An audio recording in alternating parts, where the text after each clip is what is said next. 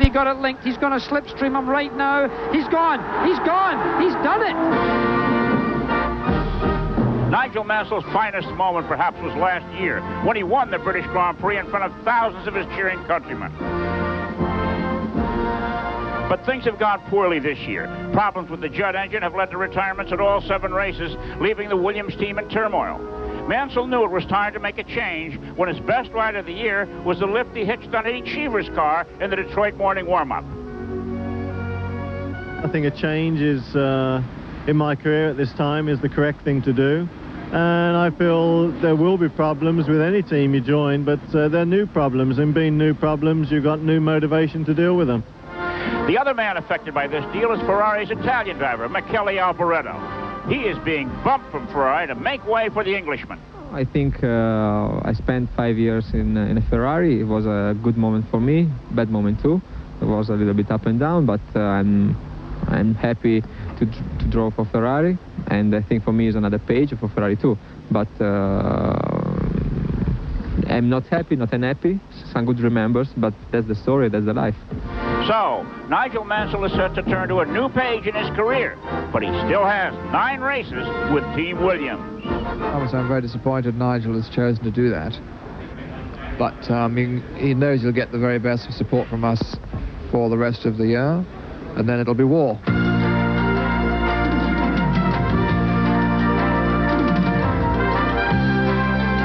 Midway between London and the Scottish border lies England's Midlands, a placid and languid sector of rolling farmlands, thatched roof cottages, medieval churches, and castellated towers. There's time here for all to enjoy the greensward, the geese, the livestock, and appreciate the golden fields of barley and other bounty of the land. Once busy commercial canals now see only an occasional and slow-moving barge edging through tiny towns, each of which has its own pub and steepled church. But once a year, this pastoral scene changes as all of England, and the world motorsports community as well, turns its attention to the tiny Midlands village of Silverstone for the annual running of the British Grand Prix.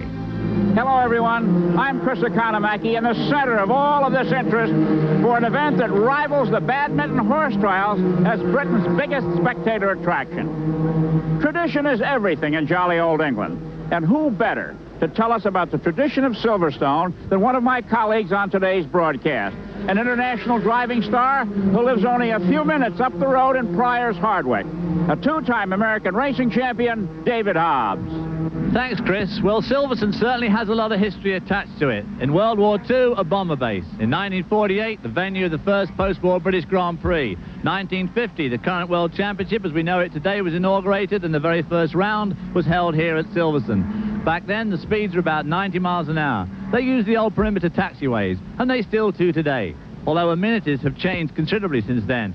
A bit of old rope and some straw bales was the only safety features then. Speeds have also increased enormously, from 90 to 145 miles an hour today, and that's with the addition of the new slow complex at Woodcote Corner. But a lot of other things don't change. That very first race in 1948 was won by Maserati. They arrived too late to practice or qualify, started at the back of the grid, 1 and 2, a lap ahead. Where have we heard that before? And with more of today's race, down to John Bisignano on pit lane. Thank you very much, David. The reason there is so much extra excitement down here in these Grand Prix pits is the fact that for the first time in 1988, McLaren has been proven fallible. They are not on pole position. Both Berger and Alboreto, both in Ferraris, are faster than them in qualifying. Berger taking pole in the last few seconds of the qualifying on Saturday.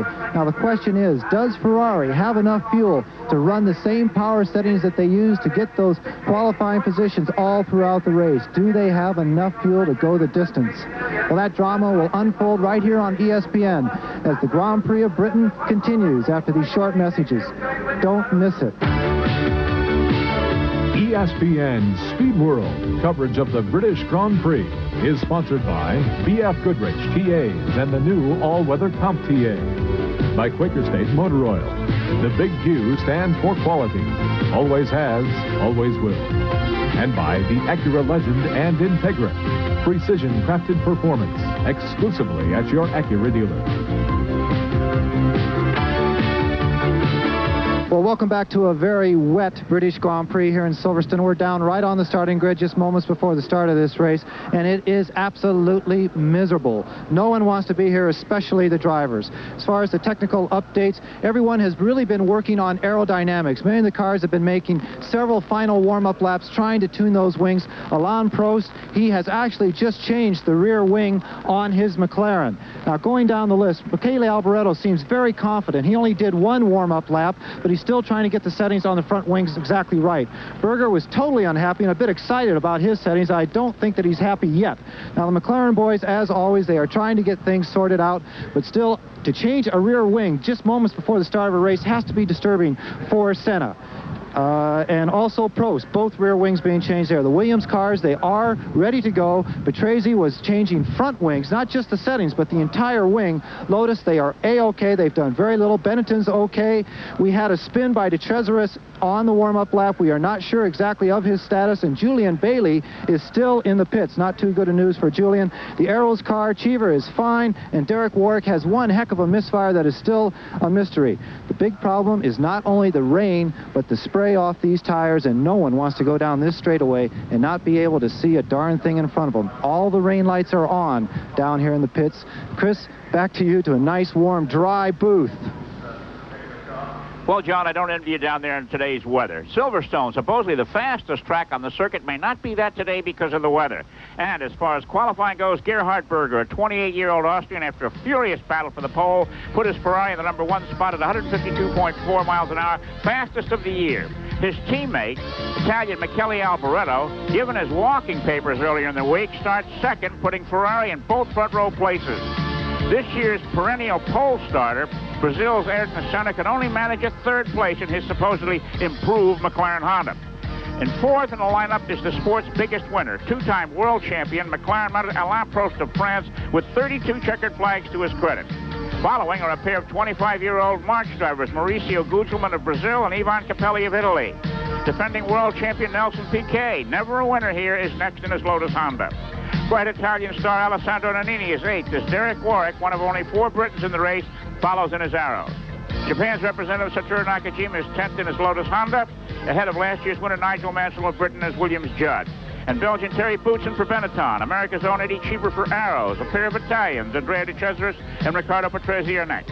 Then it's the tall Frenchman, Philippe Streff, Britain's Dr. Jonathan Palmer, Spain's lone representative Luis Perez Sala, 3 young Italians, Pierluigi Martini, Stefano Modena, and Alex Caffey.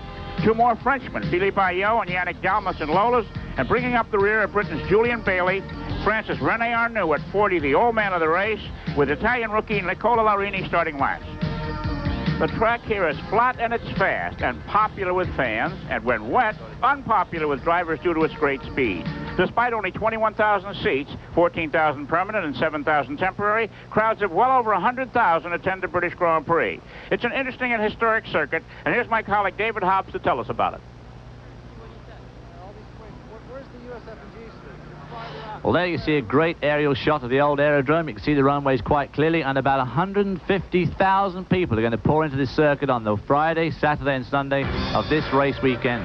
There you see more of a map of the circuit, 2.969 miles, 66 laps, 195 odd miles. A very, very high-speed track, the fastest in the Grand Prix calendar, and very, very daunting. Gerhard Berger approaching Copse at about 180, down to 4th as he sweeps through Copse. Very fast through there, 135, 140 miles an hour, up to 4th, 5th, sweeps through Maggots Curve, what a name, up to about 180 again, hard on the brakes for Beckett's, down to 4th, or probably 3rd there maybe for some of the turbo cars, up through the gears again, it goes round Chapel Curve, another very fast left-hand sweep, onto Hanger Straight. In qualifying, the cars reaching about 196 miles an hour down here in 6th gear, of course. Today, they'll be slower down here.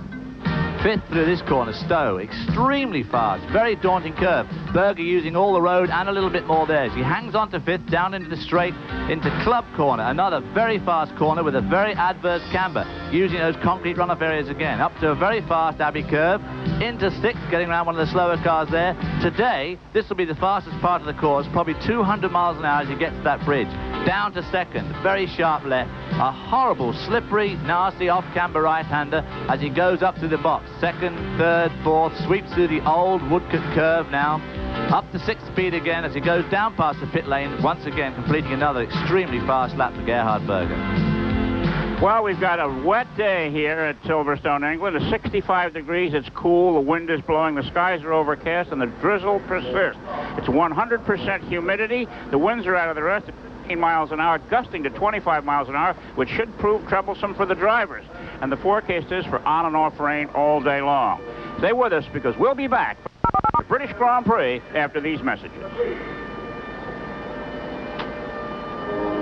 We're going to start out on the formation lap where this British Grand Prix has just been given. And as you can see, the spray is intense. The officials have declared it a wet race, which means that there'll be no official stopping of the race to change tires. We'll tell you a little bit about that later on. Now, my colleague David Hobbs and John Bisignano and I have decided how this race is going to finish. David, give us the top 6, please. Well, I must say that I have to qualify this. I'm not at all confident with today's weather, but I go for Senna, wet or dry, followed by Berger and Prost, because they are just two outstanding drivers. Then Thierry Boutsen could well lead the normally aspirated guys home, followed by Capelli, who did so well in qualifying. And Nelson Piquet's experience in wet, dry, and all sorts of racing should see him in the points with 6. But, as I say, don't hold me to it. Oh, stop equivocating, David. John Bisignano, let's have a firm top 6 from you, please. No problem with giving you a firm top 6. Ayrton Senna, the greatest mudder in the Formula One. I have to have him for the winner, followed by Prost, his teammate. Berger in the Ferrari as number 3. Cheever, the American driver, also a great mudder. I feel that he will come 4th. Piquet, I want to see him go in the 5th place, and maybe a bit of a romanticist here. We want Nigel Mansell to get at least 1 point for his British Grand Prix. After such a great victory last year, I have to put Mansell in the Williams in the top 6. Okay, now after watching Michele Alboreto change his style after he got fired from Ferrari and almost winning a pole position and looking pretty good in the pre-race warm-up, I'm picking Alboreto on the Ferrari to win, with Senna 2nd, Alain Prost 3rd, Capelli, the young Italian, 4th, Gerhard Berger, our pole starter, 5th, and Jonathan Palmer is feeling that Britons always do well in their home Grand Prix. All right, now the cars are just coming into the main straightaway, the Woodcote corner. They'll be stopping in their respective starting positions here on the main straightaway of this great racetrack. After the last car has stopped, the red light will go on, and then between 4 and 7 seconds, the starting green will be given, and the British Grand Prix will be underway. Well, one of the things I would like to be today is near the front, because the spray is going to be absolutely unbelievable this afternoon, and anybody who's more than about 2 or 3 rows back is going to have a very unpleasant afternoon. David, what do the drivers put on their visors under conditions like this? Well, there's all sorts of Indian snake juice used to stop misting up. One of the very best, actually, is soft soap, believe it or not. Helps to keep these visors free of mist. But if you get hot and wet, you do perspire a lot, and you do get the visors mist up. Jonathan Palmer has gone into the pits. A very bad start for... All right, let's go to John Bisignano to find out more. Palmer came in very quickly for a unscheduled pit stop before the start of this race. He definitely has a problem, and it was a misfire. Back to you. Well, there, the start is underway, and everybody is spinning wheels in the marches back in there, looking pretty good, and now they're absolutely obliterated by the spray. I wouldn't want to be driving after the first row, as you said, David. As you can see, you can't see anything if you're back there in that spray, and you've absolutely got to do it by instinct, and if the guy in front crashes or stops suddenly, you're going to run into him. It's as simple as that. Look at that trail of spray, and out front, the Ferrari, but they've been split now by Ayrton Senna in 2nd place in his McLaren. Look at those rooster tails. Senna came in, Senna made a good start. Prost's car faltered badly on that start, as it did when they went off on the parade lap. So I think that he got a bottom-end misfire. We saw one of the arrows being overtaken there by Gugelmin in those Leighton House marches. And it's a Leighton House march that's lying 4th in that curtain of spray. And look at Senna coming down the main straight, Hanger Straight there, going into Stowe. A lot of water lies at the bottom of that straight because it's a downhill straight, and it runs down the hill. It's as simple as that. Collect puddles. Very, very dangerous and very unnerving for the drivers from the aquaplaning point of view. Well, Gerhard Berger, the pole starter, has the lead. Ayrton Senna is in 2nd place, and here we have our first off-course episode of the race. And Palmer's car, he's the man I picked to finish 6th, is being worked on in the pits. A tough break for the doctor here from England. And now Senna made one bold try against Berger. Berger staved it off, so Senna will sit there for a while. Alboreto lies 3rd as this race, which will go 66 laps. You can still see the stickers on the left front tyre of Ayrton Senna's car. They're new wet tyres, and the paper sticker is still on there. So as you can see, they're not wearing them out much. The two lead cars making a big gap between themselves and Alboreto in that second Ferrari. Alboreto, as you've already stated, having his walking papers. Behind the first three turbos are the two marchers, the Brazilian Gugelmin and the Italian Capelli, and then here we have Alessandro Nannini. These cars do not have turbochargers, and they're probably better off for today's race, wouldn't you say, David? They certainly will have a bit of advantage on coming off some of these corners. The power won't come on quite as quickly, and they have a little bit more throttle response to play with. But today is a real leveler, and this is going to be a driver day more than a chassis day. There we see Alex. Is that Alex Caffey? No, that's not Alex Caffey. That's our leader, who's already lapped a car there. That must be Jonathan Palmer, having pulled out of the pits. Well, it's going to really be an interesting session here because of the fuel consumption. The problem with it they face today, these cars are so highly sophisticated, they're tuned to the conditions, and they haven't seen these conditions just early today. So many of the cars are not really properly adjusted for the kind of weather we're seeing. All right, now let's, with Gerhard Berger leading Ayrton Senna, let's go back and get another look at the start and watch the rear wheels on the front two cars as the flag goes See down. Prost there hesitating. The Leighton March already around him. One of the Benettons pulling alongside him. A bit of a narrow squeeze there as Alan Prost back there drops right back to 11th or 12th at the start there. Not a very good start for Alan Prost, considering the weather conditions, because fighting past people when it's like this is not easy at all. There we see Alboreto also overtaking Jonathan Palmer, who unfortunately started after the field had gone round at least once, so he's a lap down already. That's a tough break for the doctor in one of the two Tyrrell cars. Now, all that spray, of course, is very, very off-putting for the other drivers, and but what it does mean, of course, is that these huge wet racing tyres pump thousands of gallons a minute off this track and throw it up into the air. So if it doesn't rain again, and right at the moment it doesn't appear to be raining, it obviously dries out remarkably quickly. Although on the horizon, see it looking out of the booth here, it doesn't look like it's going to clear up. But it looks as though our leader Gerhard Berger is opening up a bit of a margin there over Ayrton Senna. Got about just a shade over a 1 second advantage. And there we have Nigel Mansell. Right up with one of those Leighton House marches, so he must be right on hot on his heels. The march there overtaking Jonathan Palmer. Capelli there being overtaken by Mansell, and they're coming up on Jonathan Palmer. Obviously more difficult for them to lap him than the turbocharged, the other way around. Difficult for them to lap him, of course, because he's got the same sort of power as they have. Well, the marches looked very good in dry track practice and qualifying, but it's a new team with new drivers, and it was noted during the preparations for the start that the March team really is, because it's so new, doesn't know how to set the cars up, or is not confident they know how to set the cars up for a rainy and wet track, and the drivers are not all that experienced in the wet either. The number of Grand Prix that Gugelmin has, he has only been in 6 races, and Capelli's been in 26 races, so they are relatively inexperienced drivers. Well, of course, the other thing is one of the reasons the marches went so well in qualifying was the way they had the cars set up by an IndyCar designer, and this is kind of the nearest thing in Grand Prix racing to an IndyCar track, but not today. So all their trickery for that shouldn't help them too much, but they are, in fact, going extremely well today. But Nigel Mansell is really putting on a charge. There we see our leader, Gerhard Berger. It was 10 years ago that the IndyCars visited here, and I was on hand as A.J. Foyt scored an impressive victory on the Silverstone circuit, aided in great way by Jackie Stewart, who took him around and showed him how to drive the circuit. I guess there's secrets to getting around here, huh, David?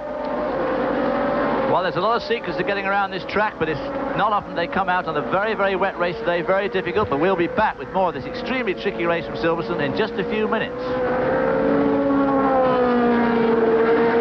Proud to bring you the U.S. Pro Championship tennis matches. The semifinals coming up Saturday at 1 p.m. and the finals on Sunday at 4 o'clock from the Longwood Cricket Club in Brookline, Massachusetts, outside Boston. Defending champion Mats Wilander, teenage sensation Andy Agassi, and Kent Carlson among the top players entered in this event.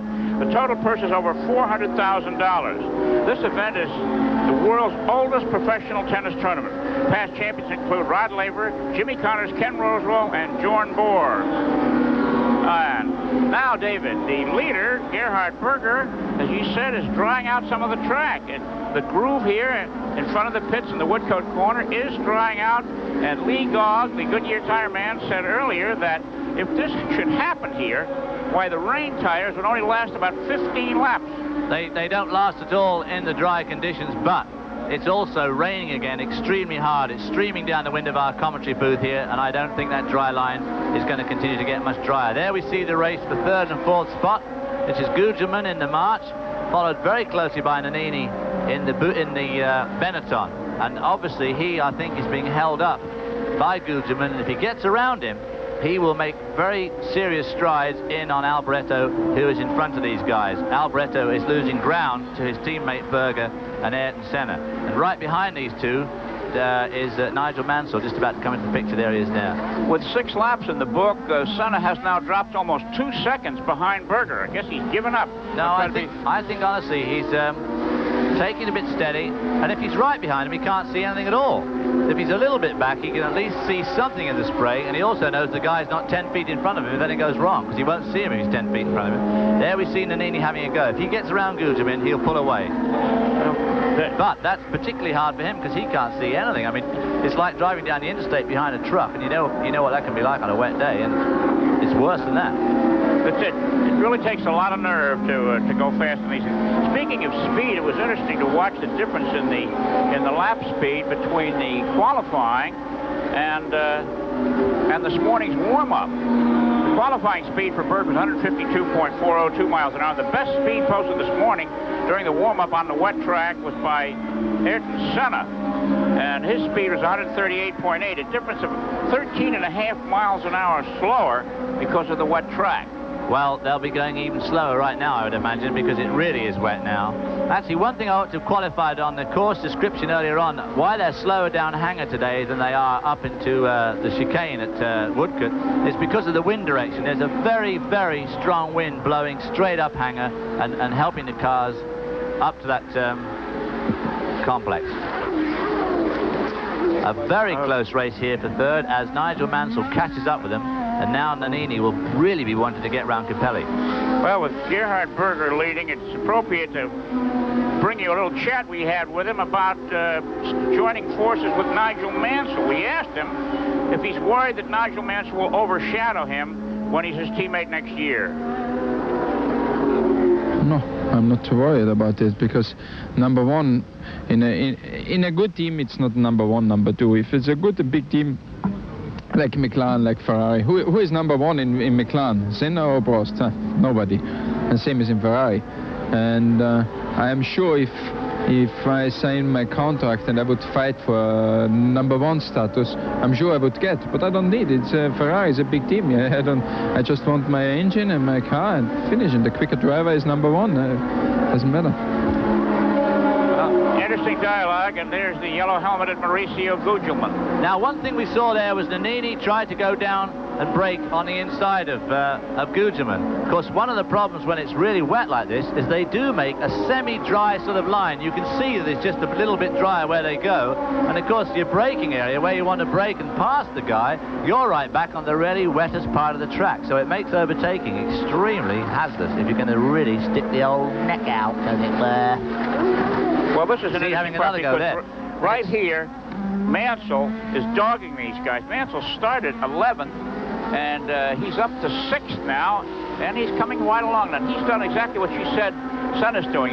He's getting a view here. But he's getting a view. He was a bit slow off the hairpin that time. Of course, one thing that will be giving Mansell and Patrese heart today, I'm sure, is that they've had constant overheating problems this year. But of course, in the rain, that should go away as their radiators will work far, far more efficiently today by being sprayed with all this water. So we may see a Williams finish, and if it finishes, I think Mansell will do well. Here the March is powered by a V8 Judd engine. It's a Honda derivative, and the car directly behind it has the latest of Ford's racing engines.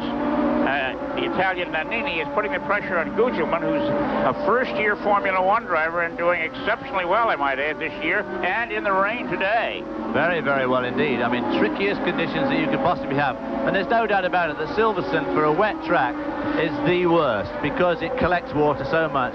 And, of course, it's such a high-speed track that with the best will in the world, if you go down the straight flat out in the rain, and you're 10 miles an hour off maximum, you're still doing 185 miles an hour instead of 195. But there's still some things to say for Silverstone. One is it's just very, very wide, so there's plenty of room to get by someone in trouble. And the verges are extremely wide. There's a lot of runoff area here, which I'm sure the drivers like. They like it in the dry, but I tell you, have you ever driven on wet grass? You definitely pick up speed. It's a very unnerving feeling when you're spinning down the road and you hit the wet grass and immediately accelerate again. Why would you drive on wet grass, David? Well, I mean, obviously, to get some lawn mowing experience. There we see that dice for third place. Split up a little bit now. Nigel Mansell still dogging these two guys. It's interesting that all the flack that the Judd engines take. Up there's Philip Streff. Look at the rear wing on the car. That's Philip Streff's day run. There you see the rain light. That light at the back is not a brake light. That is a rain light. The cars are obliged to run that in the race so that you can attempt to at least see them in this spray. And I don't see one on the back of Berger's car there. That's right. And if the officials note that, they could very well bring him in for violation of the rules. Yeah. Officials here like officiating. You know, officials the world over. Give them a jacket and a hat. And they become officious. They become officious. You know, the officials here are interesting. About to put a lap on one of the Lolas. I don't know whether... Britain is noted for having the best marshals in all of Formula One racing. They take it very seriously. And we call them workers in the United States, these men and women who staff communication points, flag stands, and telephone centers. And they're called marshals here. And the long-established British Motor Racing Marshals Club has a membership of several thousand and is headed by Britain's #1 TV race broadcaster, Murray Walker. Look at here, and Eddie Cesaris coming in his Real. Very slowly, but I don't know quite why. The marshals here staff the smallest races and rallies right up to the British Grand Prix. They undergo rigorous training as regards procedures, safety, and firefighting, and own their own incident vehicles. And members are thoroughly trained in their use and the equipment carried thereupon. There's no pay, but professional they are, and when not racing, enjoy social gatherings, athletic events, and other organized activities. So, with the marshals getting very wet in the turns out there, and Gerhard Berger leading Ayrton Senna and Michele Alboreto, we'll be back for more of the British Grand Prix after these. Is brought to you by USF&G Financial Services. Asset management tools for a brave new world. You may have heard several explanations between dry and wet tires. Well, this one's going to be perfectly clear. A racing slick. What happens in the wet with this tire is that the water is trapped underneath the tire as the car goes down the wet track. It only takes a millimeter of water to actually lift the entire vehicle off the road. It's called aquaplaning, something that's very disturbing to drivers that are well over maybe 150, 170, 80 miles an hour to lose contact with the road. Solution, the Goodyear Wet. Of course, it's a very deep groove tire, lots of tread. And when the water makes contact with this tire, as you can see, it's channeled through these grooves and is actually expelled out from underneath the tire so that the tire makes contact with the road even under flooded conditions at high-speed driving. Also, the compound is very soft and will develop grip in very cold, damp weather.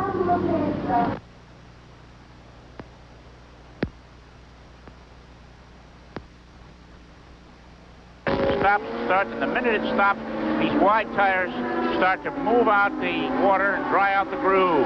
Meantime, Ayrton Senna is closing on leader Gerhard Berger. And also, these other four cars are closing in on Alboreto, his teammate, so the race for third place is now amongst four cars. And as it dries out, the spray reduces, and obviously the cars go faster. You can see the dry line there starting to develop, but it does make that overtaking difficult, as I say, because the overtaking car has to move off that nice dry line onto the wet. Of course, obviously, nothing like this good. So right now, Gerhard Berger has a 1.5-second lead over Ayrton Senna. What it's like being stalked there, David, knowing Berger obviously knows Senna's there, sees him in his mirror. Oh, Nannini having a go there, getting really frustrated now because he knows that Nigel's right behind him. The trouble with an overtaking effort like that, when it fails, you lose a lot of time. If it doesn't work, you really have mucked up that lap, as you can see from the way that Mansell is now right behind Nannini. Well, Nannini's got to be careful. He wants to pass that car in front of him, and he's got Mansell breathing down his neck right there, so he's the meat in the sandwich. Boy, this looks pretty hairy to me. because they can't really see any better than we can see. You can see when the picture goes completely blank in that spray. Well, for them, it's just the same. What is the visibility, David? How far ahead of their cars can the drivers see? Well, hardly any. I mean, virtually none, if they're in the real wet.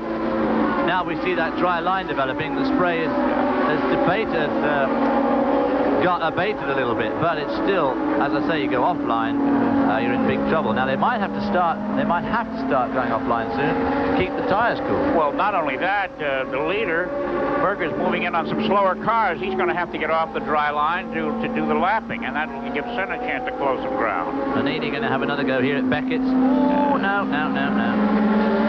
Now you see, look at the gap when, by trying to outbrake him, he got offline and lost a lot of momentum. So he won't be able to have another go, I wouldn't think, coming down here to Beckett's. There's the slower car getting offline, which is pretty good of him. Most unusual. Playing a gentleman on this rainy day. Yes. Well, Gugelman's reputation is certainly being enhanced with this drive today. Boy, I'll say, he's obviously very good. He did extremely well in Formula 3000, which is the major stepping stone into Formula 1, and is obviously proving his worth here today on the wet at Silverstone. This team, Gugelman, Capelli and the March, to be fair, have done the majority of their testing here at Silverstone, so they all know the circuit, and the cars are really set up for this circuit. Julian Bailey, the newcomer to Formula 1, said that this is only the second track on the whole series that he knows, and he said it's so nice to know where the corners are. So I guess it's tough for a newcomer to come to a track. Nigel Mansell nearly got Nannini then. Nannini was trying to get around Capelli, and in the meantime, Nigel nearly slipped on the inside of Nannini. These three are having a tremendous dice, and they're only just behind Alboreto in the Ferrari. You know, last year's race was all Nigel Mansell. It was a magnificent competition, and now it looks like Nigel is putting on the show today. He is. Senna, in the meantime, has moved to within 0.3 of a second of leader Gerhard Berger. But this is the race this afternoon. There we see Senna in second place. You can see how the spray has died down, relatively speaking. In fact, has Senna taken the lead there? Is that the Ferrari right behind him now? I think you'll find that Senna comes through in the lead. There's the Ferrari behind him. Right. We have a new leader in the form of the Brazilian Ayrton Senna. Car number 12, 28 years old. It's his 70th Grand Prix start. And he's recognized as the fastest. There we see his with the red light on as he comes into the Woodcote complex there. The spray dying away, and he's definitely got the drop on Berger now. And I must say that all conditions being equal, wet, dry, or whatever it is, whatever car he's driving, Ayrton Senna at the moment, I think, is undoubtedly the fastest thing on four wheels. An extremely fast young guy, and he's gaining experience rapidly, and his race craft is improving immensely. What is it, David, that makes a good rain driver as opposed to a good dry driver? Well, I think the very fast reactions, and of course great balance. You need tremendous balance and feel. There's look from above, a helicopter shot of Ayrton Senna, and he started to pull away. He's going to build some bleeding just in case this track does dry out and he has to make a stop for slicks. It said that 20 seconds is really needed to make a pit stop and get out without losing much time. Yeah, you need at least a 20-second lead, but if he has to stop and change, obviously everybody else will. But it's always nice to build a cushion between yourself and your pursuers in case anything goes wrong. You might get balked very badly or have a spin or a half spin. The rain apparently has obviated any of the team's fuel problems that may have existed, correct? I would say so, yes. There we see that line drying as we come into the slow left and right corner here. See, he goes wide there on the outside. That's a trick that a lot of racing drivers use. I recommended my son Greg to use it the other day in the wet practice for the Formula 3 race. If you go around the outside of the line, even in the wet, you sometimes get better grip in the wet because the line itself is so covered in rubber and oil from all the dry race days, and if you go offline, you sometimes pick up a bit of speed. Now the leader, Ayrton Senna, has passed Alain Prost, putting him a lap down. Now this is a first for Grand Prix racing in 1988. One of the McLarens going a lap down. It certainly is. Alain has actually, I'm sure, got a serious misfire problem. It wouldn't move off the grid. He had a job to get it going on the formation lap, and he's obviously got a major engine problem, but he's decided to stick it out. Well, Senna has moved out now to the last time around 1.6 seconds, but now Berger's come back. The slower cars apparently take a while to figure out and get around. Here comes Berger bearing down on Senna. I think Berger is in the same mold as Senna, quite honestly. There's no doubt about it. He is one of there. We see one of the Chills. That's Jonathan Palmer again.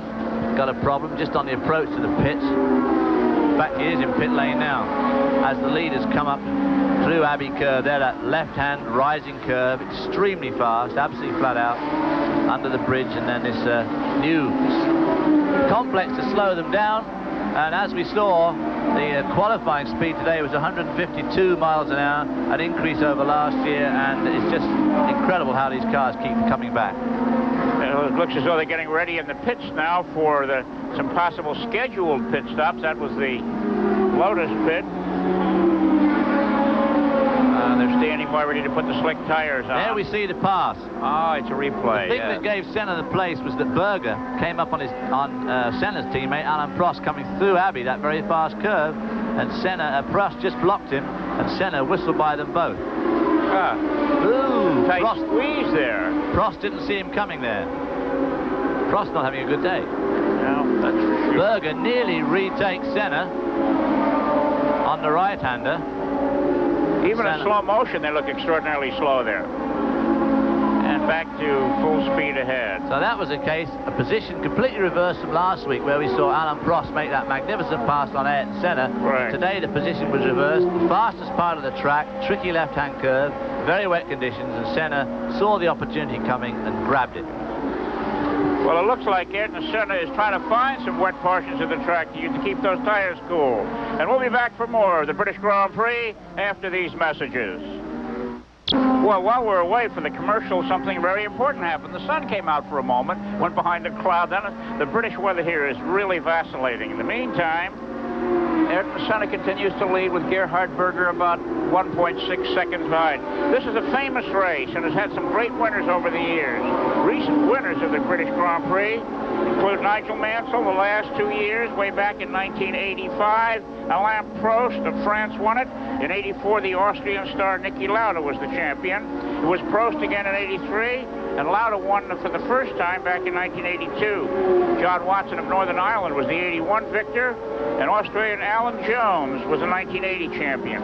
Clay Regazzoni of Switzerland took it in 1979, and Carlos Reutemann of Argentina won the year before that.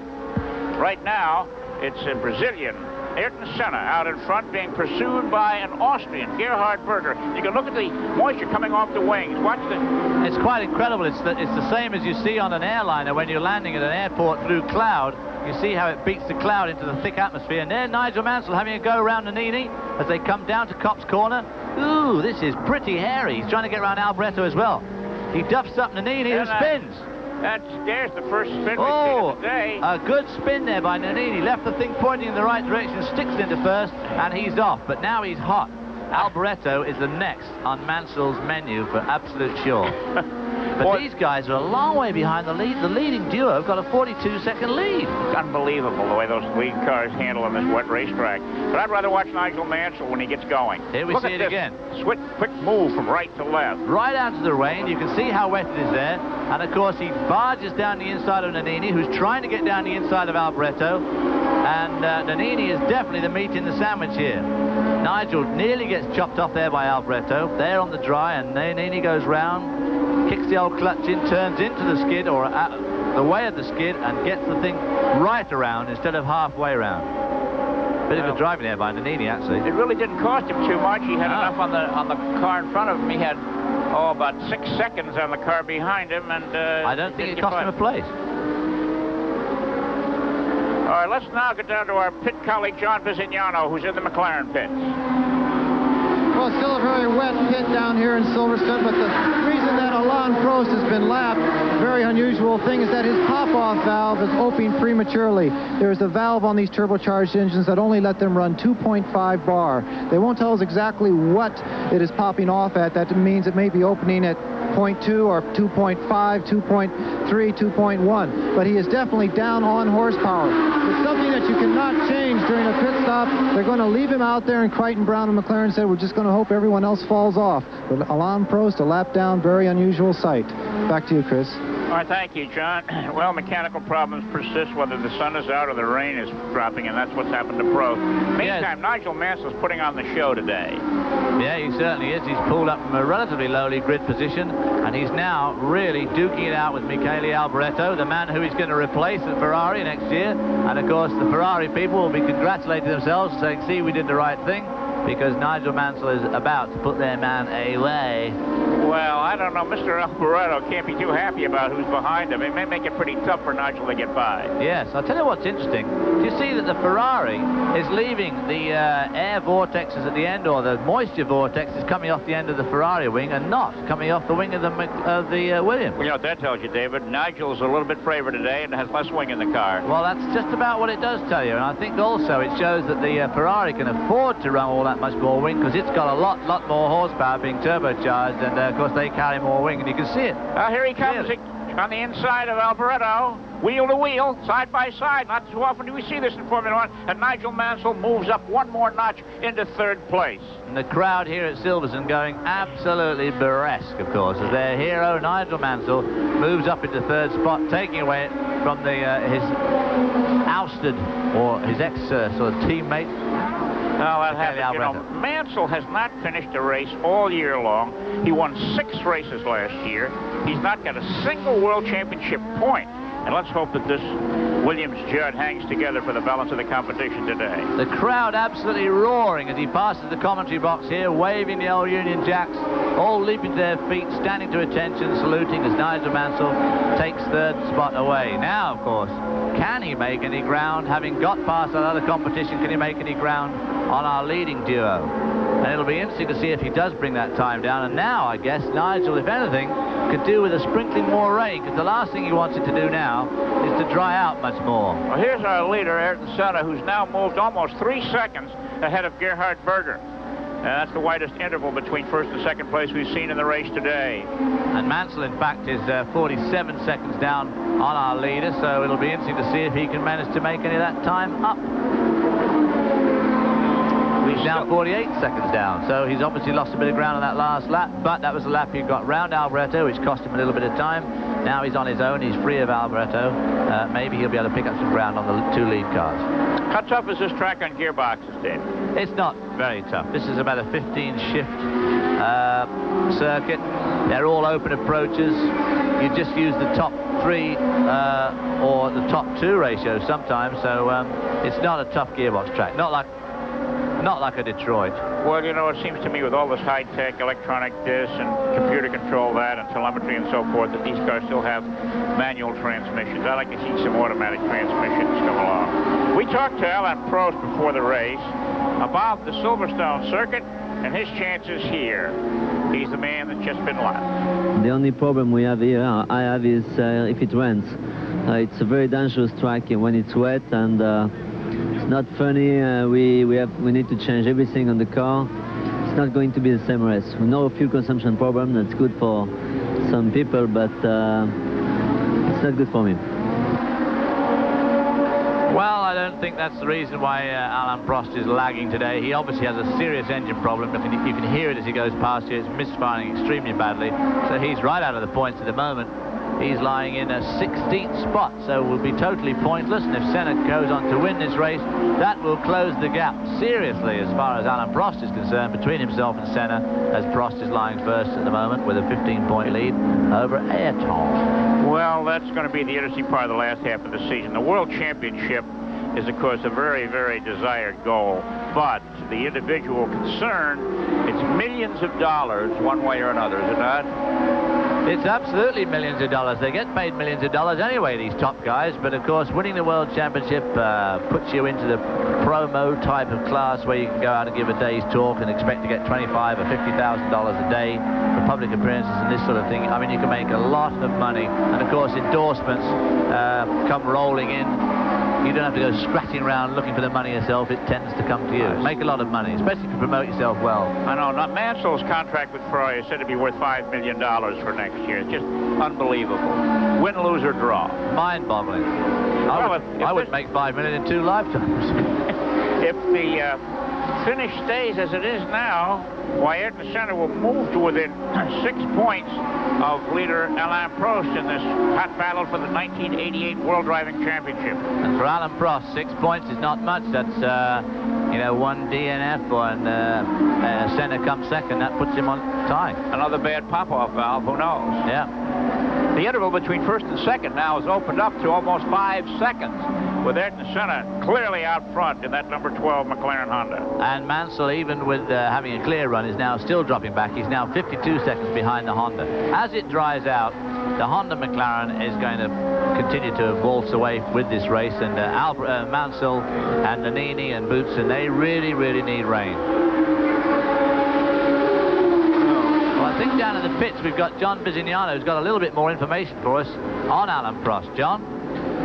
Thank you, David. It's not actually on Alain Prost. It's his teammate and the leader of this British Grand Prix, Ayrton Senna. You said he was going to be waltzing away, and actually we have Prost in the pits at this moment. He has just come in.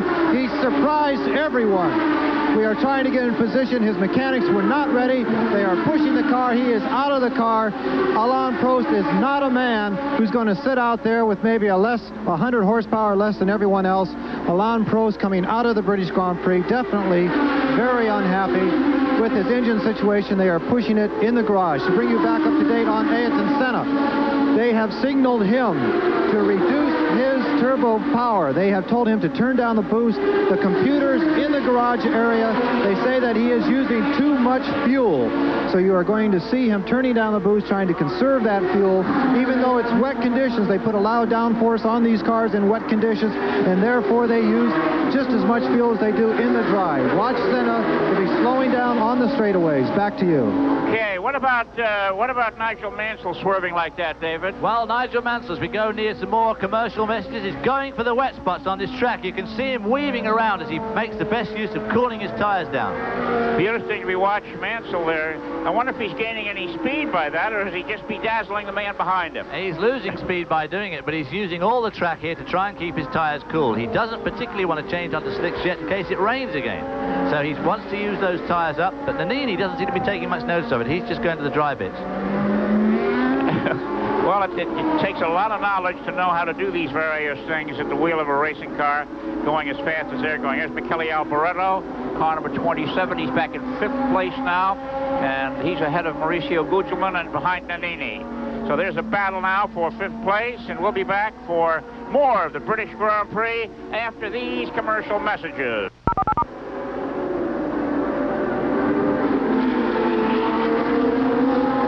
Mansell now has somebody else in his sights. Just seen a fantastic overtaking move there by Nannini, who didn't do what Nigel did, wander all over the road looking for the dry, just kept going straight, and picked up about 50 yards and nailed old Nigel as they went into the right-left complex of Woodcote. Here we see a replay of it. Nigel looking for the wet on the right of your picture. Nannini sticking to the line. Nigel comes back to the area to brake, and Nannini more or less keeps straight on and outbrakes him on the wet part of the track and retakes 3rd spot. Not bad for somebody that spun here a few laps ago. Exactly what I was thinking. Where the heck did he come from in the first place? Back live, he was Alessandro Nannini, the young comer in the Benetton engine, or the Ford engine Benetton team. And look at him, he's throwing water at Nigel Mansell. Now there, we don't see sparks much anymore. We saw a few there. The officials didn't like the idea. Nannini getting out of shape as he goes through Stone. Now that got his little old Italian heart going, I can tell you. Doing 145, 150 mile an hour in the wet, and they tweets like, if we could see it twitching like that, it felt a lot worse than that in the car. Well, it looks to me, David, as this weather holds like this, we're going to have to see some pit stops for changing the very soon, I think. And these rain tires will be going off very shortly. Now, Nigel Mansell has been in the headlines all week, along with his team owner, Frank Williams, about this switch from Williams to Ferrari by Mansell. We talked to Frank Williams before the race about the ambiance in his factory. It's been a tough year. That's a pretty perceptive question, because it made a big difference when we were able to say that we're going to work with Renault for the next 3 years. The Renault engine's been announced. It looks a good, powerful engine. They say it's giving good power already. But above all, Renault have been racing before and know that you can make a lot of mistakes, but you can soon get out if you're determined, if your group is good, well structured. And I think the Renault people will give us the very best of equipment next year.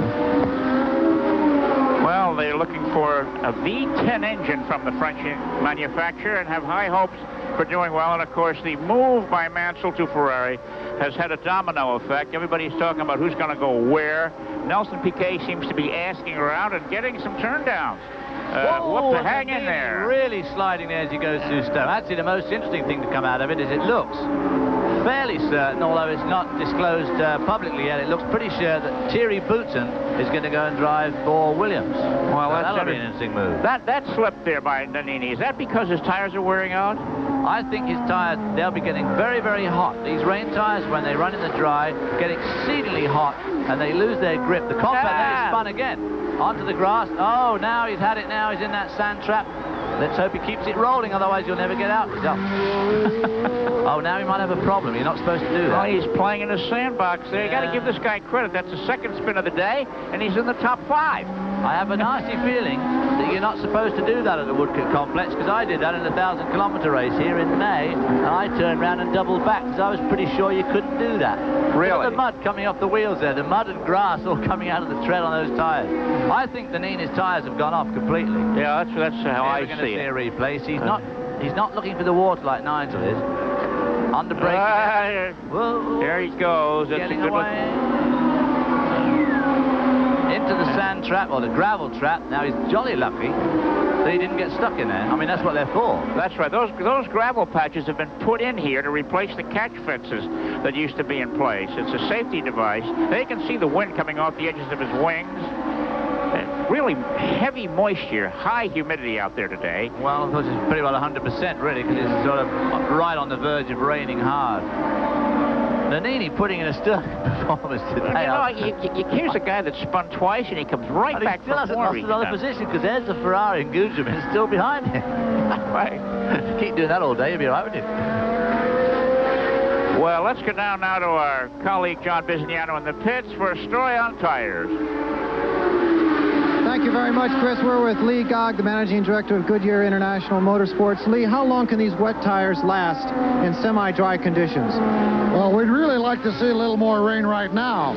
If you notice, some of the cars are now getting out of line to keep their tires wet. It's still too wet for dries, but the dry line is starting to hurt the tires. So it depends on how wet it gets. We'd like to see a little more rain right now, really, John. So if it starts to dry out, they're either going to have to come in for fresh wets or change to slicks. That's a very tough decision to make. If it starts drying off, they'll have to come in for dries, and that's tough because it's rained every 20 minutes here, so we don't know what's going to happen. Let me ask you, Lee, you're on the inside of these teams. Is it the team manager or the driver that makes that final decision? Well, I think it's the team manager, actually. He's watching the clock. He knows what the weather is, and he brings the car in. Team manager. Well, we're looking for a great Goodyear action down here. We could have wets or dries momentarily. Back to you. All right, John, I do have to have a slight issue with Lee there. If I'm out there and I know what the track's like, I'm the bloke that makes the decision. I don't care what the team manager tells me. You're your own team manager, right, David? He tells me to come for slicks, and I think I like those wet tires. I'll stick to the wet tires. You're deaf then. Well, looking up at the sky here, it's fairly bright around the track, and because I don't live in this area. You live, what, 15 miles from here, David? Is it going to rain again? Well, it certainly looks very, very threatening. The cloud level is still very low, and they're scudding along, and there's a high wind. There's a very high probability that it'll rain again. One of the things these Formula One drivers do is stress fitness, and in many cases, Niki Lauda started it, they bring their own masseur, osteopath, or chiropractor to the track with them. Philippe Streff has done that, and here's Alain Prost, who dropped out of the race, getting a massage in the garage there by the team masseur. And I wonder if maybe he was in trouble physically in the car. I'm wondering if, with all this rain around, his suit would get very, very wet. And although he would be extremely hot, there would be a cool draft running past his shoulders. He may have got some sort of terminal cramp in his shoulder or his arm and just couldn't drive. A muscle spasm, perhaps. Yeah. Okay, there we see 3 cars getting around, going to Wood Cup. It's the British Grand Prix for 1988, and we'll be back for more in 1 minute. Well, the Ivan Capelli, the March driver, has made a stop for Rush Tires. Here he is exiting the pits. It was about a 13.5-second pit stop, which is pretty long by Formula One standards. But that will set the stage now. We want to see what he's got on, whether they're wets or dries. I think that he put more wets on, which it's unlikely that these teams have got more than a couple of sets of wets mounted on rims. So if it doesn't rain again for him soon, it could be in problem. Otherwise, there could be some mechanics, a lot of mechanics running back to the old Goodyear truck, getting those tires fixed. There we see our leader, Ayrton Senna, also looking for water to keep his tires cool. I don't see any signs of chunking. Sometimes you can see the black, extra black line on the tires where they start to come apart. He's just passed. That's Thierry Boots in the back of the pits there, who I think he's just put a lap on. Well, you can see that the track is dry in certain areas and wet in yet other areas. There's the leader, Ayrton Senna, holds a 15.8-second lead over Gerhard Berger. Nigel Mansell is now third. Nannini is fourth. Gugelmin is fifth. Alboreto sixth. Piquet is seventh. Boutsen is eighth. Capelli is ninth. And Derek Warwick is 10th in this British Grand Prix in its 35th lap. And Ayrton Senna, of course, has not only lapped Thierry Boutsen, but right in front of Thierry Boutsen, that Camel Lotus is, of course, his countryman and not his strongest fan, Nelson Piquet, who no doubt Ayrton Senna will be saying, well, suck that sea, sunshine, as he went by.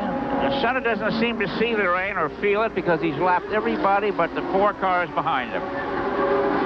Certainly putting a good show on here. Thierry Boutsen not going quite as well as I thought he would. Nothing like as well as his teammate Nannini, but of course he could have a slight problem. He got a bit left out at the start, I think, and getting left out in that spray wasn't good for him. There we see some slick tyres ready to be mounted. Capelli back again. Obviously his problem was not just tyres. No, that's true. I wonder how long Senna will stay out there. I don't know, it's pretty dry now. I mean, you could get away with slicks now, but if you're forced onto the wet on slicks, you'd be in bad trouble still. The race is past the halfway point. That's any important information for the drivers out there. Well, at this point, if all hell broke loose, you could call it a race. But I can't see why it should break loose. And look at him, hunting water there. Seems like Nigel Mansell somehow becomes a showman at the British Grand Prix. Well, I guess he wants to put on a good show. He wants to put on a good show to his new employers who are going to pay him an awful lot of money in 1989. And obviously, everybody likes to do well in front of their home crowd. It's fascinating, actually, how many drivers have won their home Grand Prix, and it's the first Grand Prix they've ever won, and sometimes don't win many other Grand Prix either. It's quite extraordinary. I can't win anything at Silverstone, which is also extraordinary. Right. That's because you're sleeping in your own bed instead of one of those expensive hotel rooms, David. Oh, is that it? Not even like expensive foreign food. That's true. You know, it's interesting. This British Grand Prix, there's some regulations that prevail here that do not prevail at any other Grand Prix, and that is no cigarette advertising. If you notice the leader's car, Ayrton Senna, has got a lot of black dashes on it.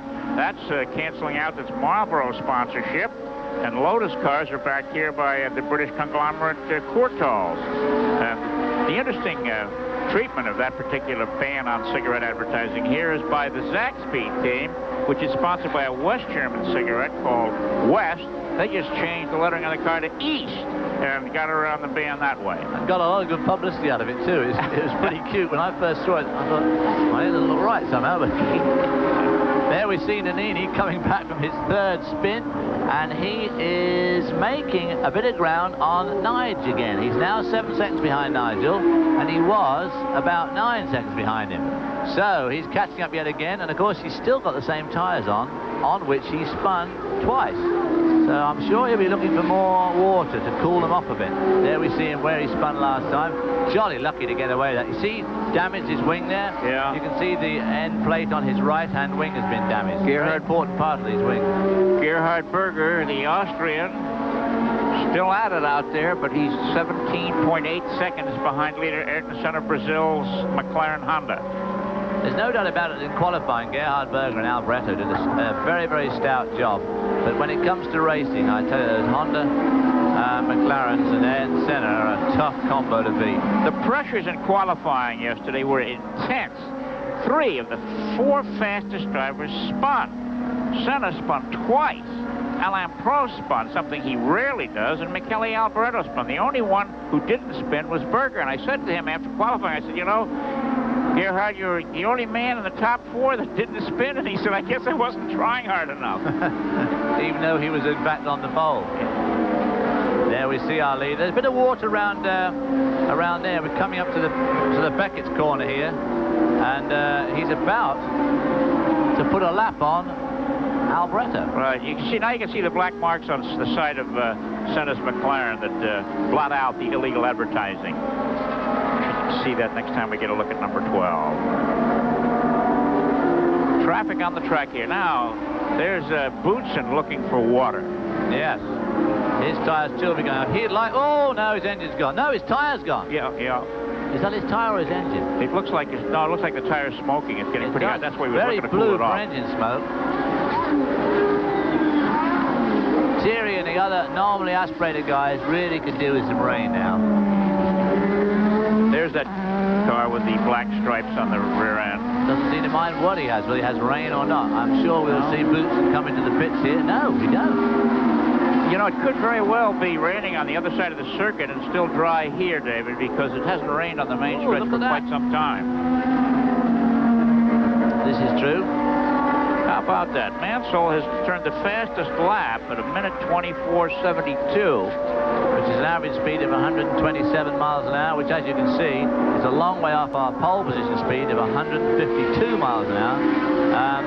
And that'd be just being the last few laps in the dry when it's relatively dry. But rain tires in the dry just don't really work at all. I mean, they are very, very suspect in the dry, even before they go off. There we have Terry Boutsen with a hot car. Yes. Unfortunately, the end of a good run for Thierry. He had 2 great races in North America, came 3rd in Montreal, 3rd in Detroit. Had a very unpleasant weekend last weekend in Paul Ricard, France, where he had an engine blow up, and it looks like he's had a repeat of that this day. Looks like it might be the gearbox area or something in the car.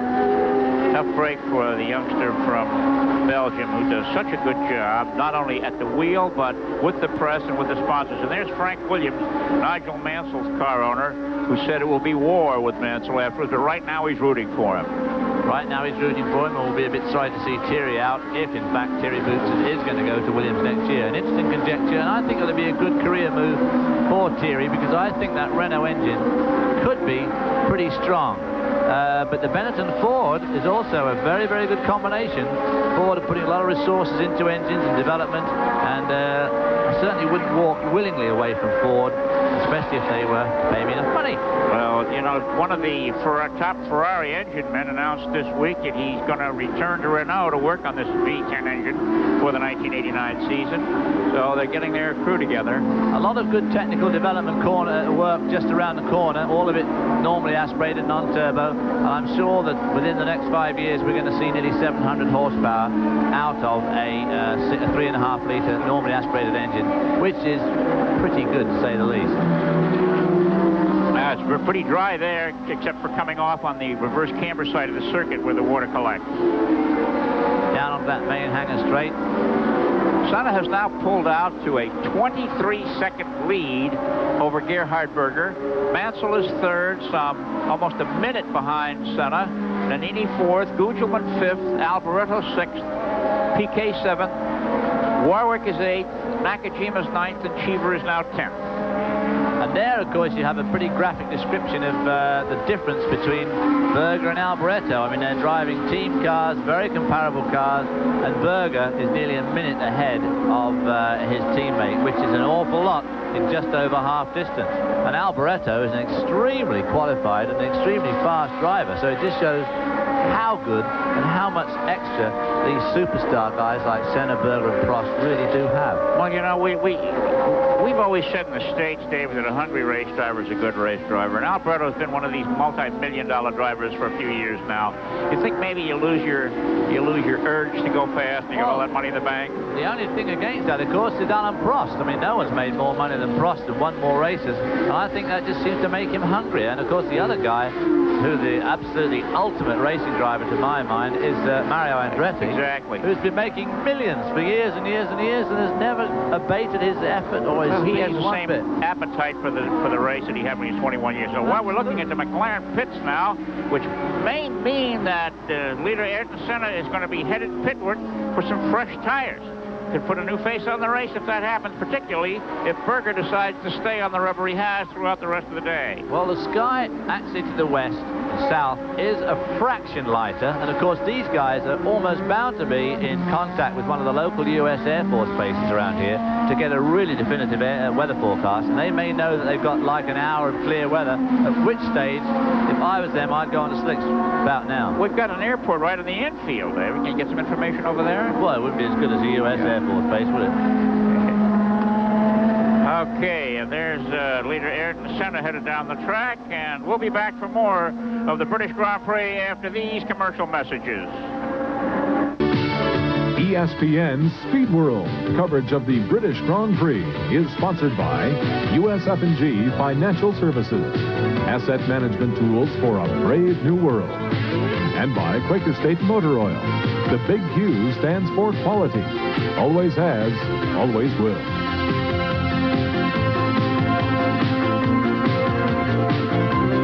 And we're back at the track with the British Grand Prix racing surface here, the Silverstone track, drying out, and pit stops expected momentarily by the leader, Ayrton Senna, and those who follow him, Gerhard Berger, Nigel Mansell, Alessandro Nannini, and Mauricio Gugelmin in the top 5 places right now. Mansell and Nannini sort of staying about the same distance apart, about 7 seconds. Nannini not making any more ground on Mansell. Here's Nigel Mansell. You know, his love of golf is no secret, but at Friday's press conference, where he spelled out his reasons for joining Ferrari next year, he revealed that he's been accepted for the Australian Open Pro Golf Tournament. A close friend of Australian golfing star Greg Norman, who was accompanied to many events, Mansell had Sandy Lyle as his personal guest here last week for a test session. So he's got some options open. He can play golf for money if he wants to. Yeah, I think he probably could. He's an extremely good golfer, and of course he absolutely loves it. He finds it great relaxation and is very, very good at it. Now we have Gerhard Berger coming up to put a lap on one of the Lotuses. Cale Yarborough used to like jumping out of airplanes for relaxation. I think I'll take golf. There's Nigel Mansell's done another best lap, a 123.8, 127 miles an hour. Speed gradually creeping up. Okay, now let's take a look back here as to what's happened in this competition since the green flag waved just 1 hour and 1 minute ago.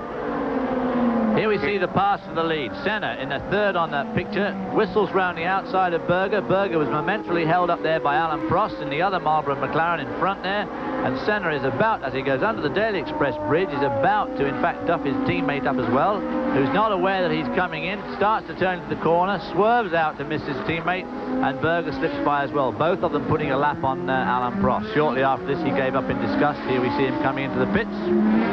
This is the last look we get of Alain Prost. Watch him as he gets out of the car. Maybe no words with anybody. His personal pop-off valve, I think, was open. Spring broke. Away he went. So that's the end of our current World Championship leader, Nannini.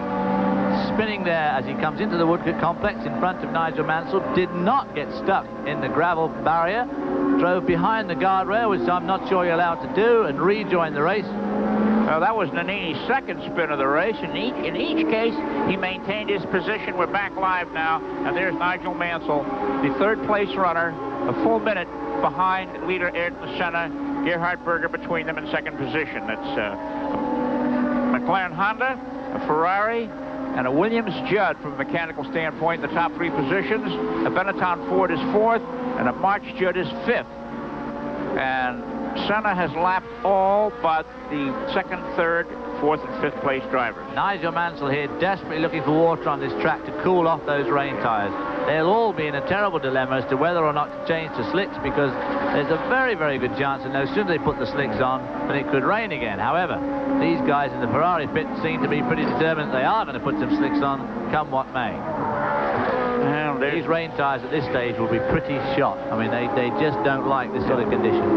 Well, David, we noted in Brazil, oh, look at this, pit sign here. More rain coming back. Berger out slow, it says. Berger out slow? That's, whose pit was that? Hieroglyphics on those pit boards, hard to understand. It's interesting what Formula One people refer to as slow.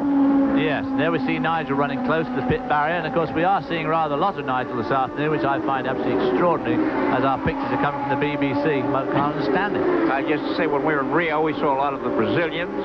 We're in Italy, we saw a lot of the Italians, and it's figures that while we're in England, we'd see a lot of the Brits. And there we see Nigel again coming up to Beckett's.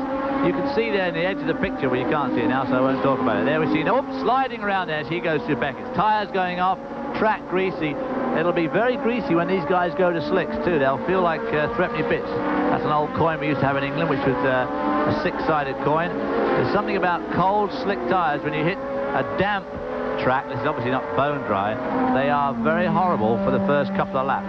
But these guys are now starting to have a major problem with these rain tyres as they go away. The tread gets hot, it moves around, cars move around on the tread, and that makes the tread work more. It gets hotter and gets less and less effective. There we see Alboreto in the pits. Well, now this is interesting. You will see how good the Ferrari pit crew is. They were great earlier this year. Now let's go down to the pits and John Bisignano. Thank you, Chris. Alboreto has just arrived here in the Ferrari pits. For sure, they are putting on slick tires. They were trying to keep it a secret. They had both brakes and slicks out here, but it was the slicks that Alboreto went out on. A very, very quick pit stop and a very brave Alboreto.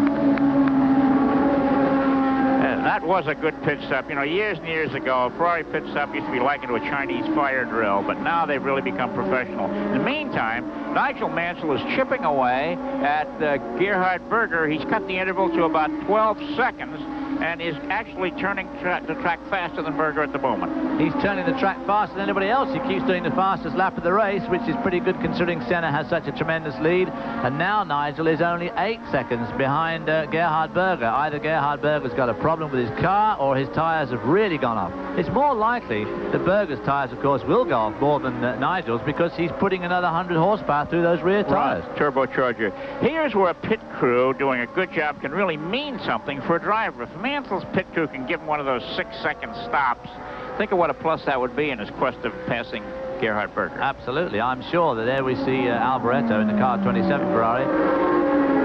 Now this is interesting. Hey! Nelson Piquet having a go.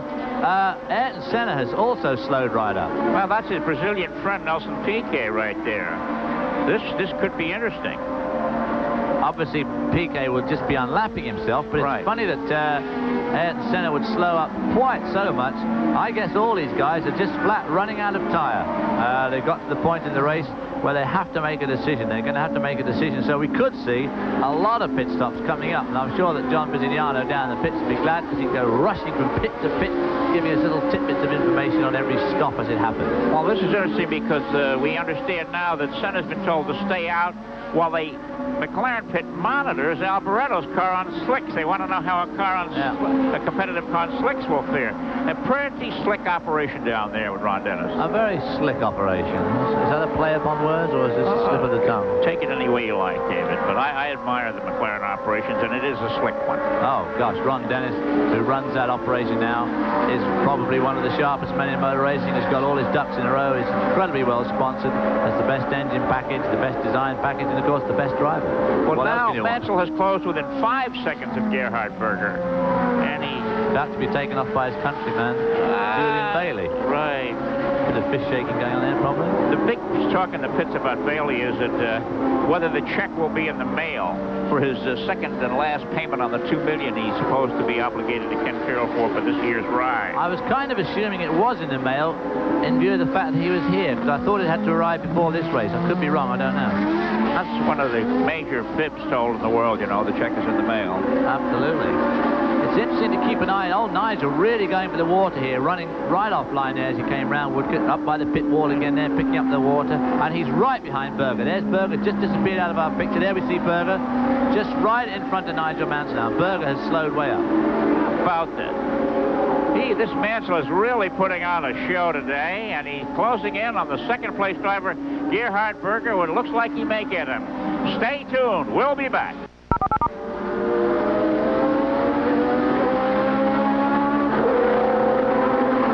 But I think that Gerhard's got to be in some sort of other problem other than just tyres. Otherwise, he'd just come in and put some new ones on. What about the 80 pounds difference in weight between a turbo car and a non-turbo being lighter on the tires, David? Well, of course, that would help the tyre wear considerably. Start line weight, of course, they're about the same because the non-turbos start with a lot more gasoline on board. But as the race progresses, as this one has done for an hour and 10 minutes or so, yeah, the normally aspirated car will be lighter and will be lighter and easier on its tyres. You know, it's interesting. Last year's Grand Prix here took an hour and 16 minutes to complete. We're into this race an hour and 11 minutes, and we've got about 15 laps to go. Well, I'm surprised it's been as quick as it has. Actually, it might slow down again in a minute, too, because I see rain on our commentary box. Now the track will be tricky because these guys' tyres are just about shot and the track has dried out. If it should rain hard again now, those rain tyres will have lost a lot of their efficacy and won't be much good in really deep water anymore. So the thing is, would they then come in and put new rain tyres on? A tricky question, Chris, that only they can answer. I mean, a driver is in trouble when his tires have lost their efficacy. There's no question about that. This is absolutely true.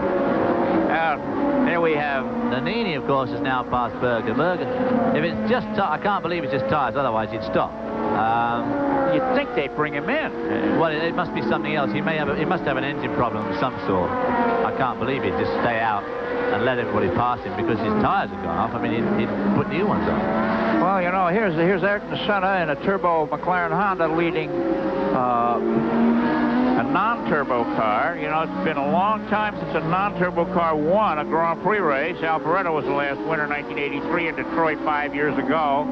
And if something should happen to Senna's car, Nigel Mansell is the heir apparent. Talking of Alboreto, we haven't seen much of Alboreto since he went on to slicks. So I wonder how the monitoring progress is going on his car. He's still languishing in 11th spot, so it didn't seem to help him an awful lot. I don't know whether he's picking up or not. In fact, he's into the pits again as we speak. How astute I must be to talk about Alboreto just when he's coming in. Perhaps our man John Bizignani can fill us in on what they're doing. John, you down there?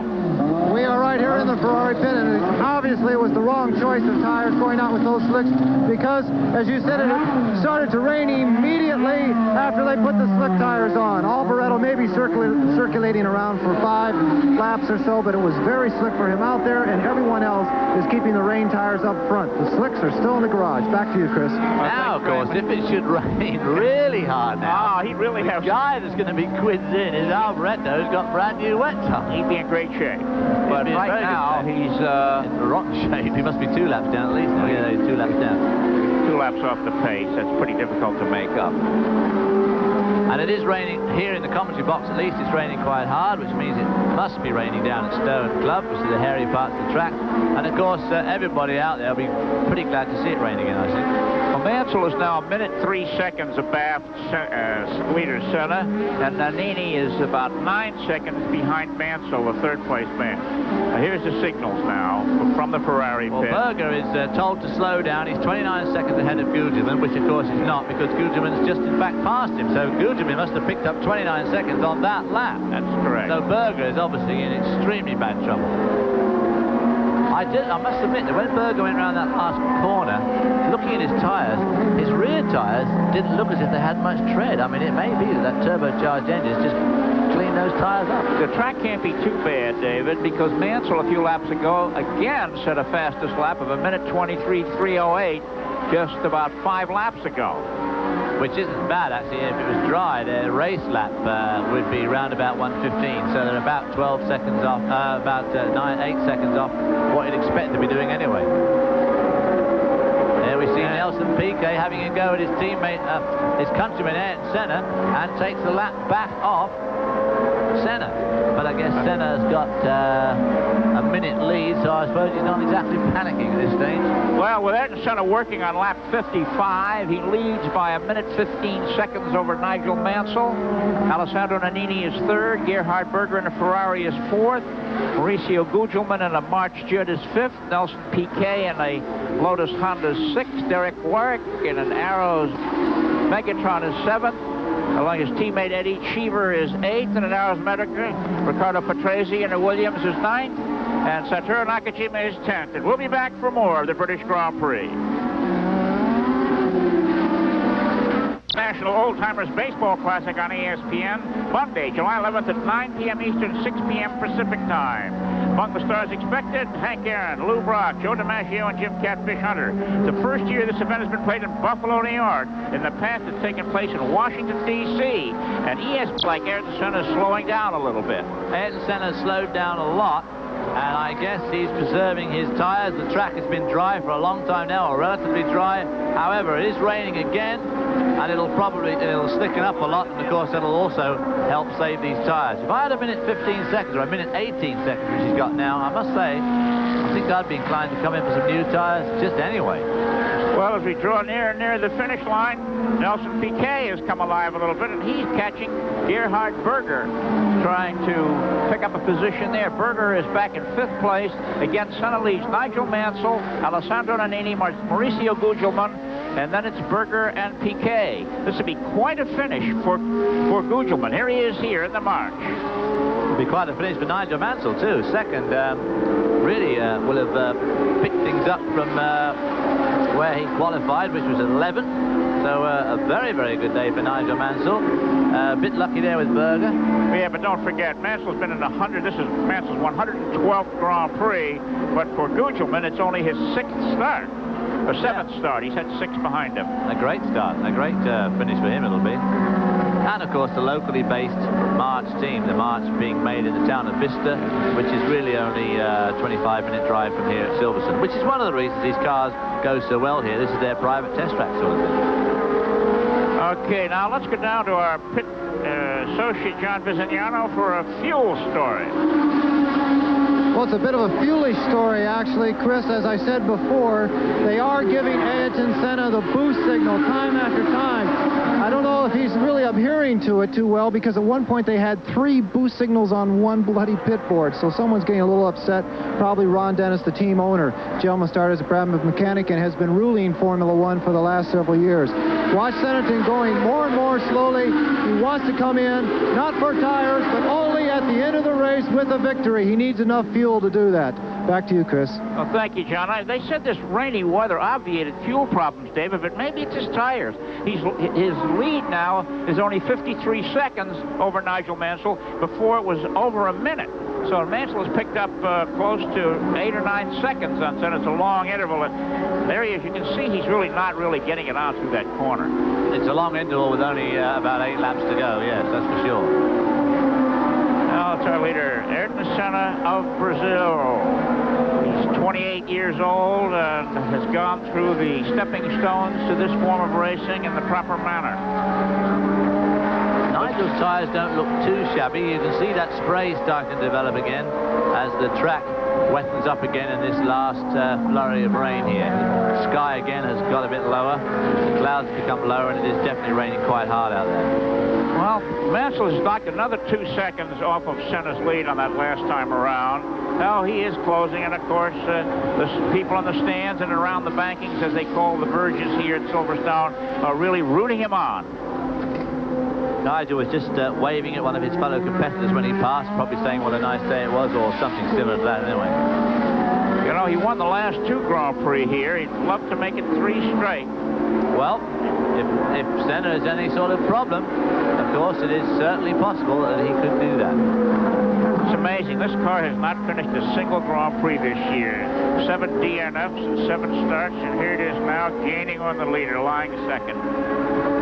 It's interesting. A man won 6 Grand Prix last year and has had a dismal year this year.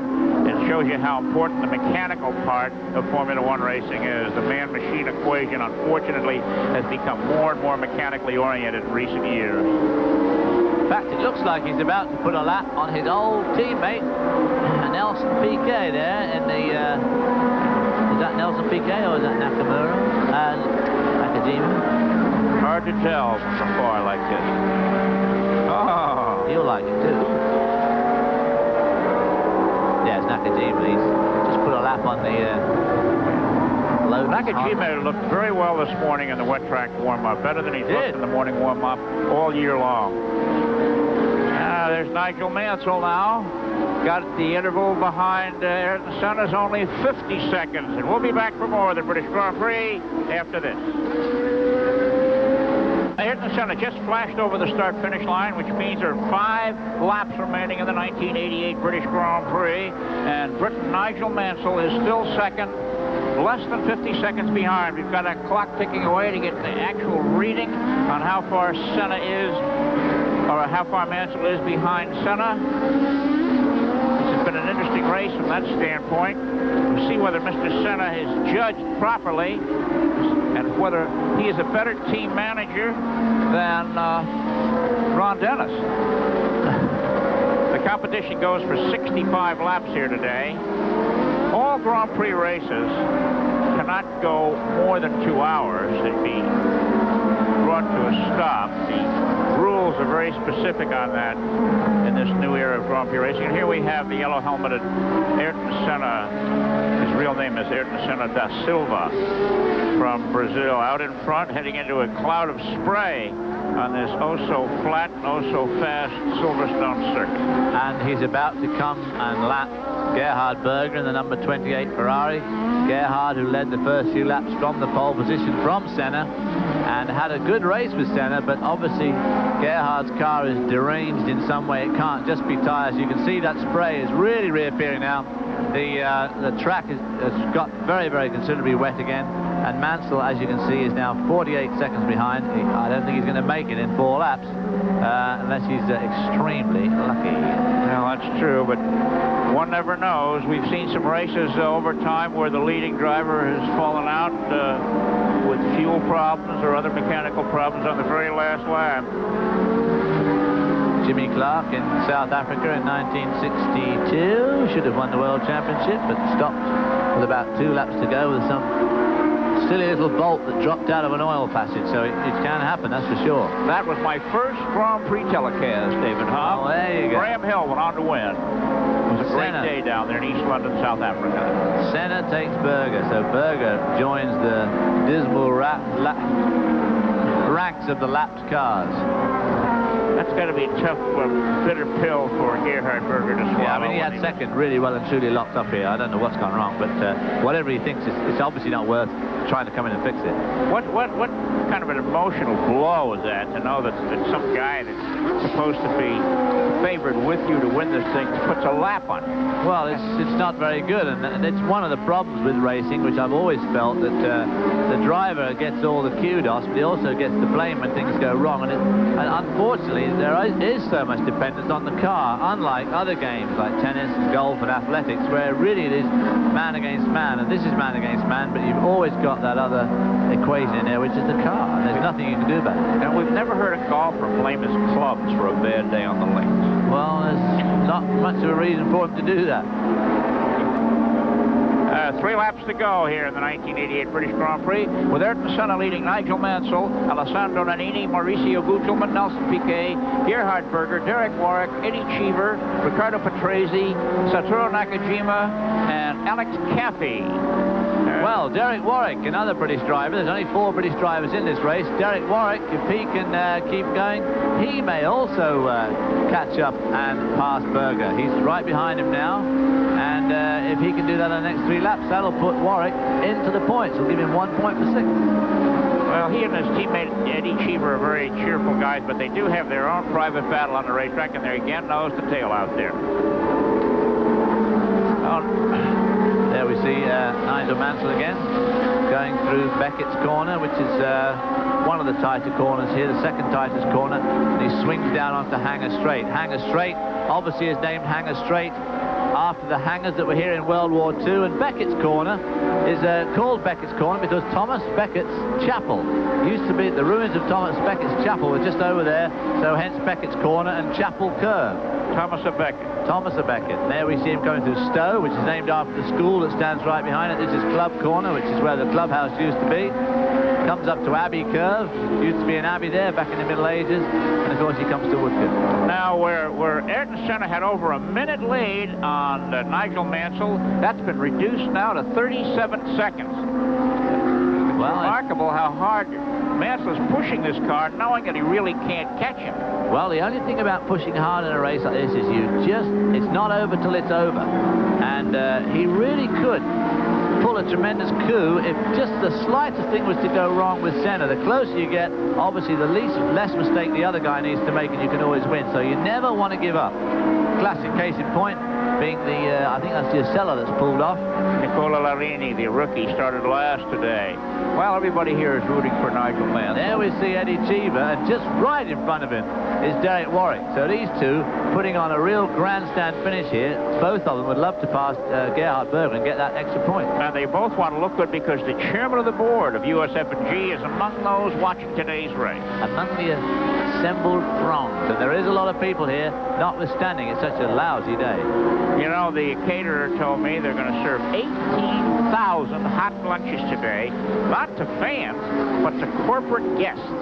18,000 guests here of corporations and businesses. The hospitality business in racing is really booming. It's a big business. All right, and now Ayrton Senna, leading this competition, has one circuit of this racetrack to go before claiming a victory. It will be his 10th career victory. He's got 22 pole positions. What a record. This is his 70th start. He's got 22 pole positions. It'll be his 10th victory, and he has 9 fast laps. Unless he gets on at this one to get the 10th fast lap, that honor will go to Nigel Mansell. And here's Gerhard Berger. Is that Gerhard Berger right behind him, about to retake that lap back? Maybe he won't bother. Right behind Berger, you saw Derek Warwick's helmet there. So this could be a grandstand finish for Derek Warwick. There they are, all three of them. Senna taking his time, obviously, because here's Warwick challenging Berger. Not too much distance left.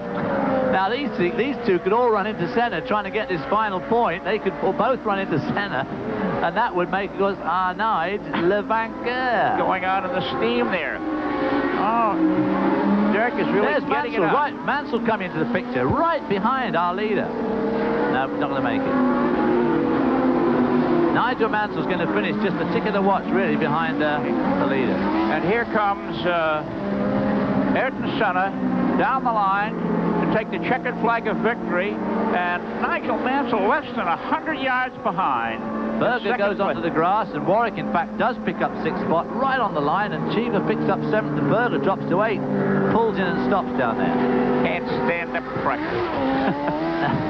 Here, my old colleague Howard Cosell used to say. Well, that was a very close finish. In the end, of course, Nigel only finished about 2 seconds behind Ayrton Senna. There's Frank Williams, the owner of the Williams team, which Nigel Mansell will leave at the end of the season to go for Ferrari. I tell you, this has got to be a tribute to Senna's judgment on how to make his car last. Absolutely. He dropped it way down.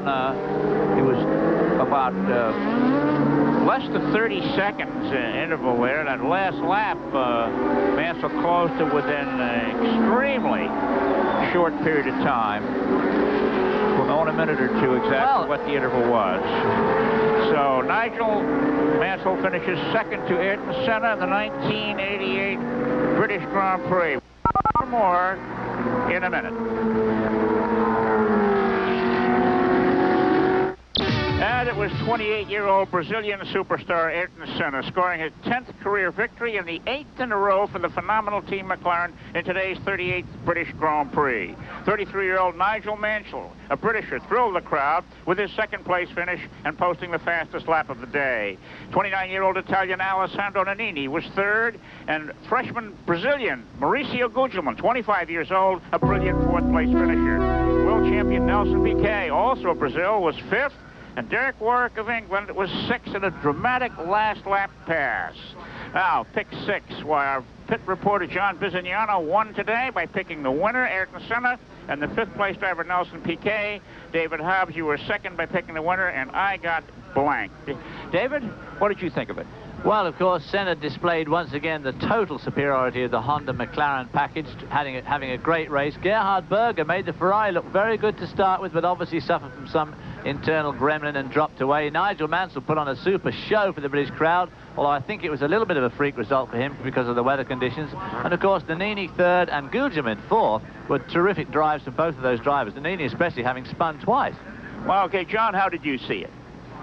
Well, we saw it like a drowned rat down here in the pit lane, actually. It's been raining all afternoon. We're going to go try and get dry. I have to reemphasize what David said. I think the Ferraris now may be able to compete with the McLaren, especially at Hockenheim, the German Grand Prix, in 2 weeks' time. They're knocking on that door as they've been trying to all weekend long. A great weekend for the Brits. A British team won this Grand Prix, and of course, I've never seen Nigel Mansell so happy since this time last year. Back to you warm, dry guys up in the booth. All right, so after it's all over, Alain Prost, who fell out, still leads the world champion standings with 54 tallies. Senna is second with 48. Berger third with 21. Nelson Piquet fourth with 15. Michele Alboreto fifth with 13. And Terry Boots in sixth with 11 tallies. Derek Warwick is next with 9. Mansell has his first point, 6. And Nannini has 6. So, as I saw it, Ayrton Senna will go down in the record books as one of the truly great drivers of all time, not only for his ability to handle a car at high speeds, win pole positions, and win races, but also to take circumstances into condition and make his cars last, which is exactly what he did here today. Tires wearing out, a wet track, a dangerous course, and he won it. And this is Chris Economaki for David Hobbs and John Bisignano saying so long from Silverstone. We'll be talking to you from Hockenheim, Germany in 2 weeks.